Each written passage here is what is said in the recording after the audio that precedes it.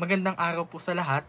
It is my delight to share with you today a piece of our Capuchin Franciscan heritage in the city of Manila.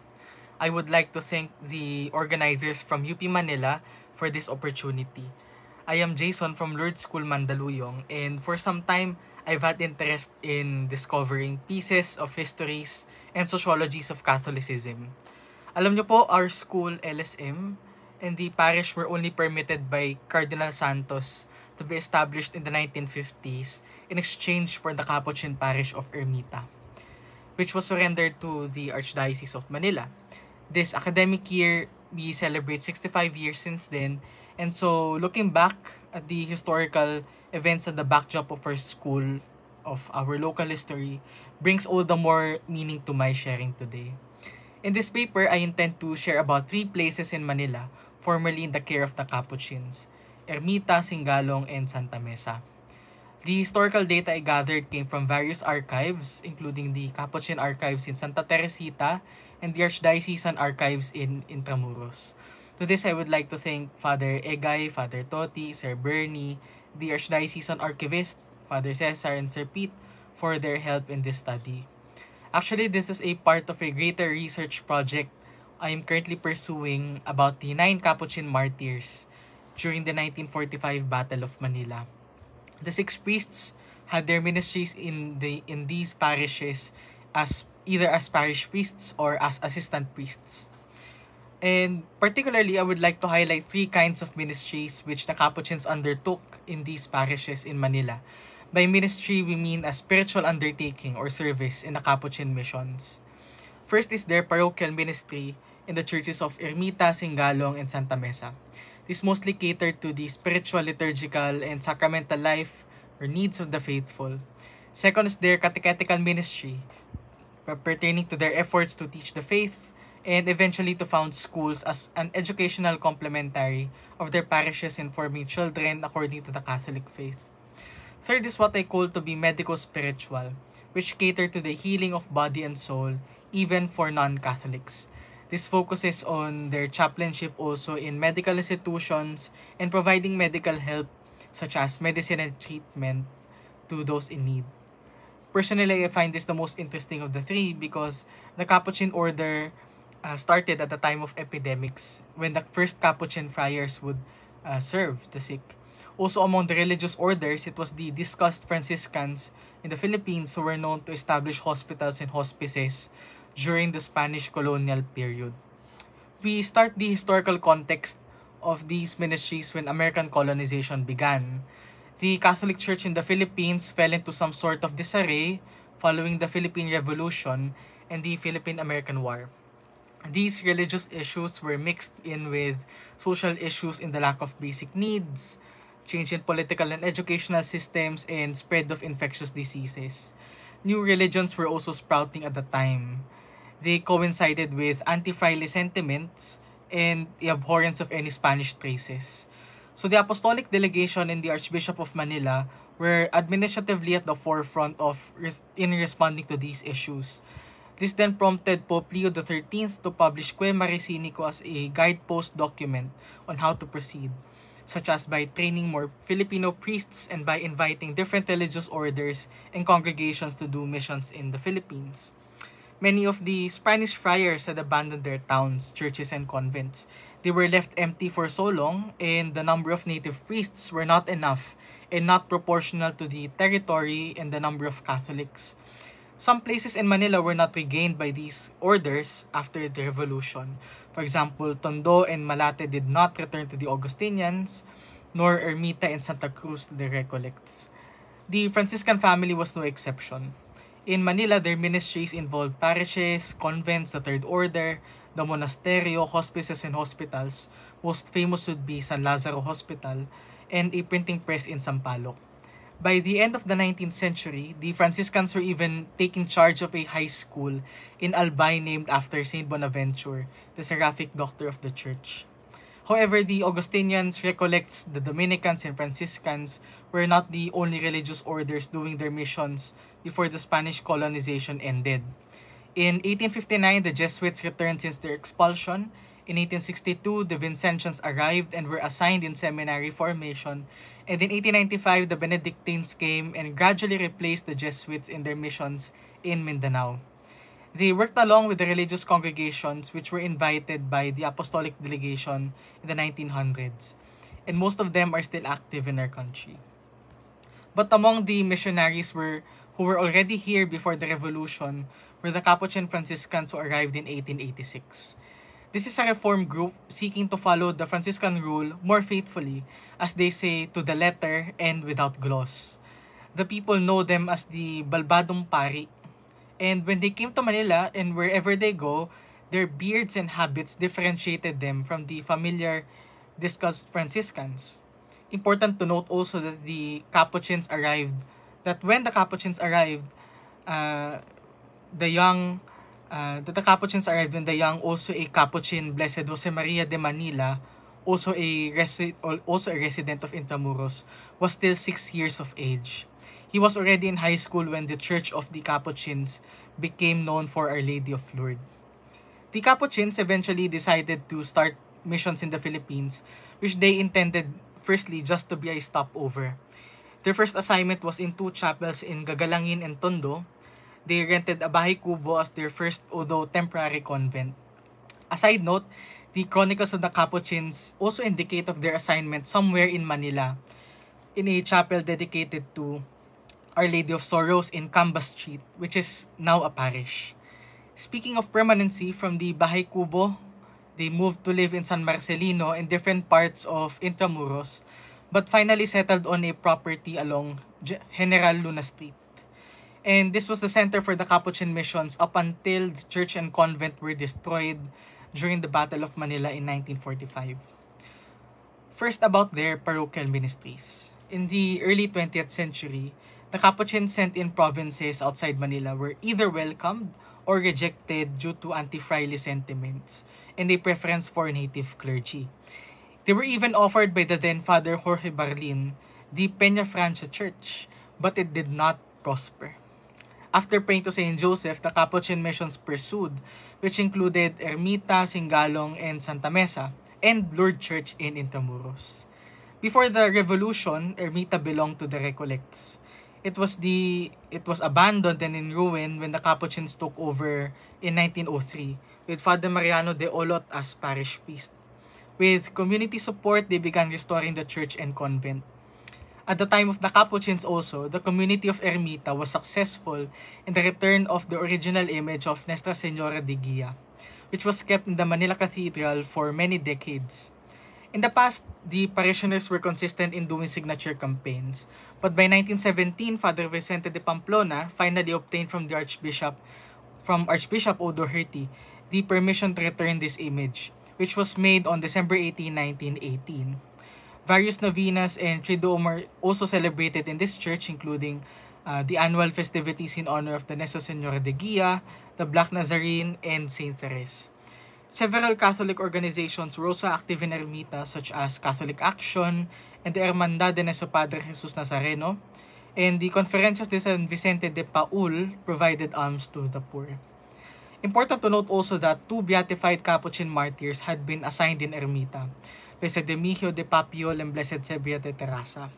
They were martyred during the persecution of the Spanish Civil War in the 1930s.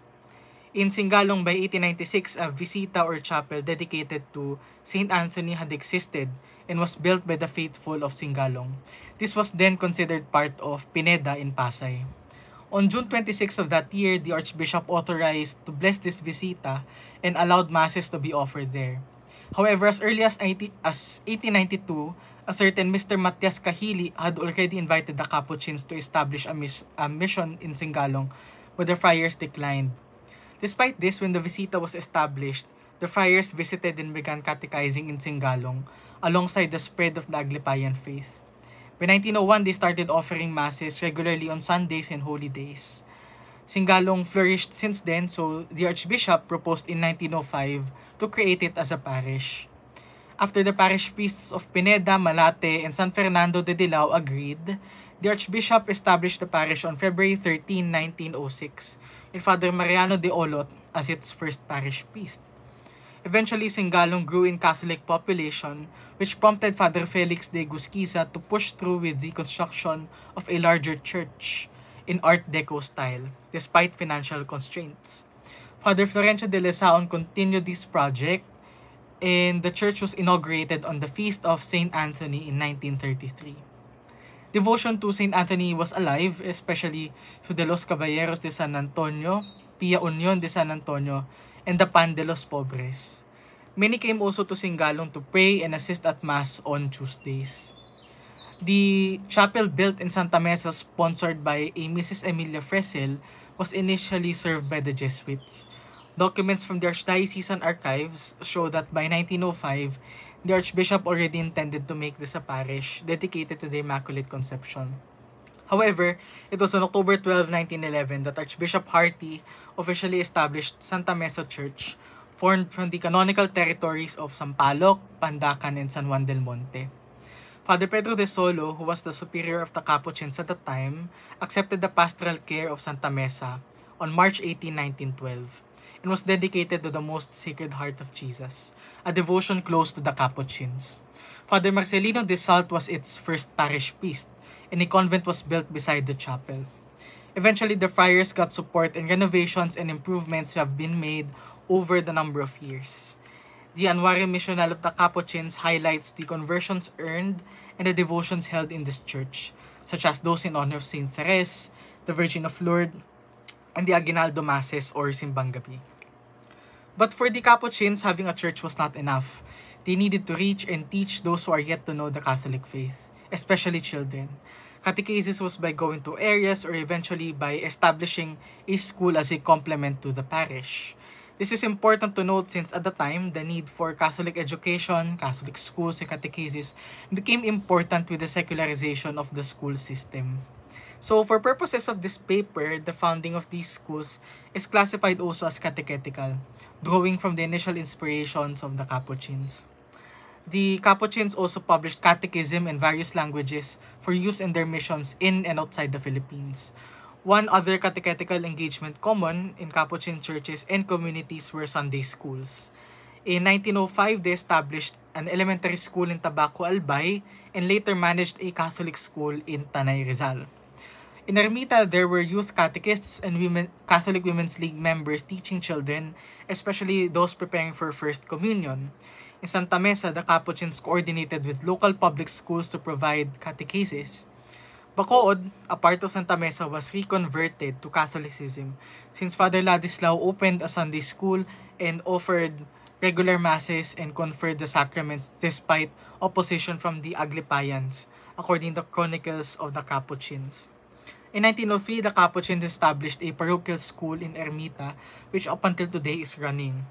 This school was initially founded in the parish courtyard by Father Mariano de Olot, using funds donated by Archbishop Harty, who was close to the Capuchins. For some time, the school was able to give free education. The Capuchins also established a free school for the poor and a casa retiro or boarding house for students taking their studies in Intramuros. Under the direction of the parish priest, this boarding house aimed to foster religious and moral training of students. And in the school, catechesis is central to everyday routine. In 1938, the Capuchins also established a parochial school in Singalong, which is also running up until today. When Father Florencio de Lesaon was parish priest, he recognized the need to give catechesis for children attending public schools. This would complement and enliven Catholicism in Singalong, especially that a new church had been built. And so, even with little funds, Father Florencio proceeded with a construction of a school and doing the necessary preparations, buying the equipment, recruiting teachers, getting government recognition, such that by June 1938, the school was already operating. Now it is known as St. Anthony's School, but its original name was Immaculate Conception Institute, in which the Sisters of St. Paul of Chartres came to help.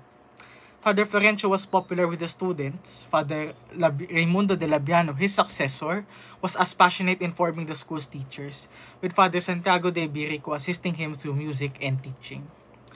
Lastly, the Capuchins were also involved in what I call as medico-spiritual ministries.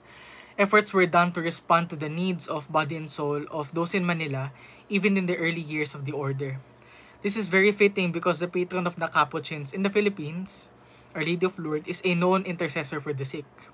During the 1902 cholera epidemic, the Capuchins took over chaplain duties at the Hospital Español de Santiago in Makati. Father Roman de Vera and Father Mariano de Olot worked with the Sisters of Charity to administer last rites and attend to the sick. Later on, the Capuchins also took chaplaincy of the Philippine General Hospital, most notably also during and after the Battle of Manila in 1945. The hospital temporarily served as the provisional church of Ermita up until a separate temporary chapel was built in 1947. The Capuchins in Santa Mesa also provided last rites to patients at the Santol Tuberculosis Sanatorium, now known as Quezon Institute. They visited frequently and was supported by the Archbishop. Father Ladislao de Busturia noted that the sanitarium always had terminally ill patients and he would visit every Tuesday. Despite the difficulty, the friars found this ministry crucial as they catered to the sick who were abandoned. Additionally, his parish in Santa Mesa hosted a tuberculosis hospital within the parish complex, supported by the Liga Antituberculosa. In Singalong, the Capuchins had the Patronato de Nuestra Señora de Lourdes. Established by Don Manuel Encauste in 1929, this fund provided medical assistance to both Catholics and non-Catholics. A clinic near the convent offered free services from doctors, nurses, and a pharmacy. From 1929 to 1935, expenses for this patronage amounted to over 52,000 pesos, which would be around 6 to 8 million pesos today. The friars visited the sick for house-to-house confessions and viaticum, conferring the sacraments and providing material and spiritual help. Their efforts won over many individuals, bringing them back to the Catholic Church. Two Sisters of St. Paul of Chartres also helped in providing medicine and free consultations and ensuring individuals received sacraments. Another initiative, called the Ayuda de la Buena Muerte, or Aid for a Good Death, involved a team of a visitor, a doctor, and 2 nuns caring for the sick, focusing on both material and spiritual needs, especially for the dying. To conclude, after the Second World War, the order encountered many difficulties in terms of their recovery. These ministries were reoriented and adapted to the socio-economic situation of the order and of the whole Philippines, particularly Manila. Out of the 3 churches, only Ermita Church had been heavily damaged. In 1956, a new church was constructed and completed but was reclaimed in 1957 by the Archbishop in exchange for the permission to build the St. Francis Church in Mandaluyong. The Archdiocese reclaimed Santa Mesa Church in 1995 and Singalong Church in 1997. Up until today, the parochial schools of Ermita, Ermita Parochial School, Singalong, St. Anthony's School, and Santa Mesa, Sacred Heart of Jesus Catholic School, remain and are administered by the Archdiocese. The order now only oversees 2 schools, Lourdes School Quezon City and Lourdes School of Mandaluyong. The medico-spiritual ministry of the Capuchins evolved today, we can say, to the Tulay Lingap de Padre Pio, a small clinic located under the Mandaluyong Parish, and also providing mobile medical services. This is aside from the individual and for others collective also, but the many efforts of the friars, devotees, the faithful, even students, parents, and teachers to deliver medical aid in small ways or big. With that, I hope that we continue to carry on a spirit of fraternal concern, compassion, and charity that is central to Capuchin spirituality and Capuchin apostolates. As seen in these narratives, religion was a binding element in various dimensions of social life. Spiritual, in education, health, and even community relations. I hope that our faith today brings the same unitive power, of course in charity and good works. Again, it is my joy to share today our Capuchin Franciscan heritage. As what we say in school, Pax et Bonum, peace and all good.